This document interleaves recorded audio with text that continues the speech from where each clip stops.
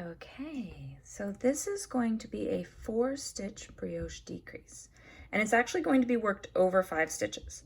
So I have brought my yarn to the front and slipped my brioche purl. I now have on my left needle before me 1, 2, 3 brioche knit stitches. So I'm looking at these 3 brioche knit stitches. And remember, when we refer to a brioche knit stitch, we are also referring to the shawls that are on them. And here, that sound is my kitty who has come to help. I hope we can do this in one take. Here are my 2 brioche purl stitches, making 1, 2, 3, 4, 5 stitches, and this one will be our center stitch. Oh my gosh, he's blocking the light. Kitty!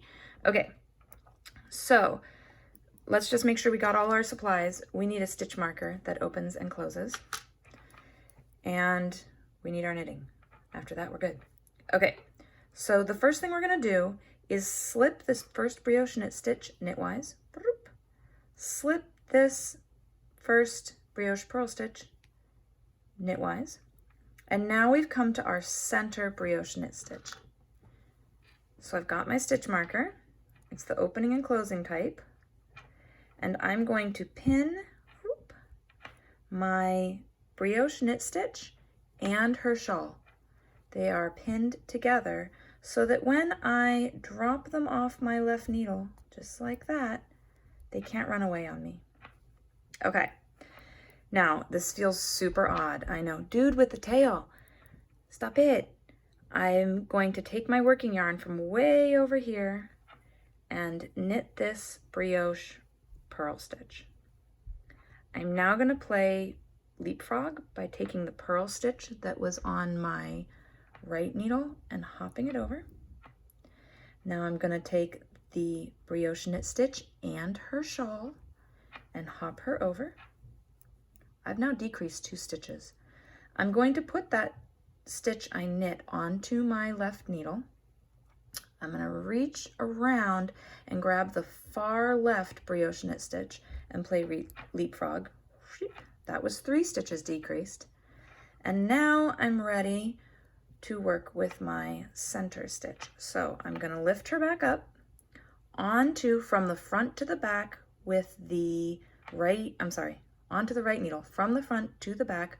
If you look closely, kitty, you can see the shawl is in the back and the blue knit stitch is in the front. I'm going to take off my stitch marker, clearly chosen for aesthetic purposes, not ease of function. There we go. Aesthetics are important. Okay, I'm taking my knit stitch, putting it back on my right needle. So what it should look like, my orientation should now be that knit stitch, the shawl, and then my center column of knit stitches. And I'm going to play leapfrog one more time. There we go. Come here, working yarn. Now I'm set up to bring my working yarn to the front and slip my next purl stitch. So bringing it to the front, slip my purl stitch, and I'm just going to go ahead and knit my next brioche knit. Okay, let's take a look at this. Here we go. We have decreased 4 stitches. Our center column gets to lay right on top, and our purl stitches on either side are set up with their shawls, ready to be purled in the next round. Yay!